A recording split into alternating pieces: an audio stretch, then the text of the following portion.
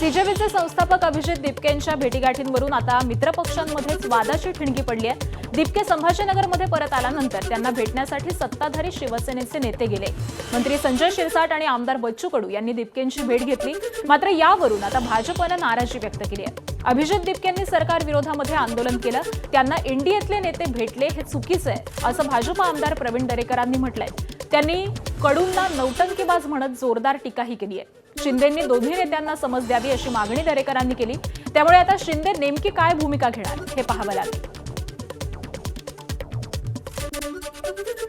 आज त्या ठिकाणी जे नेते भेटायला गेले ते एनडीए मध्ये सत्तेत त्या ठिकाणी आहेत।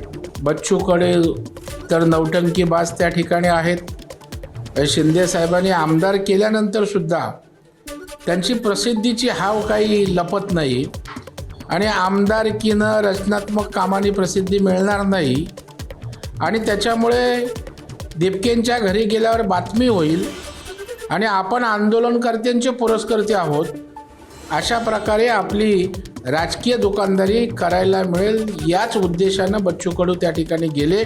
मला वाटतं दोन्ही नेत्यांनी अशा प्रकारे जाणं त्या ठिकाणी उचित नव्हतं असं माझं व्यक्तिशः मत आहे आणि या संदर्भामध्ये त्यांची पक्षाची भूमिका सुद्धा येणं आवश्यक आहे। निश्चितपणे एकनाथ शिंदे साहेब त्यांना योग्य समज देतील, किंबहुना दिली असेल असा मला पूर्ण विश्वास आहे।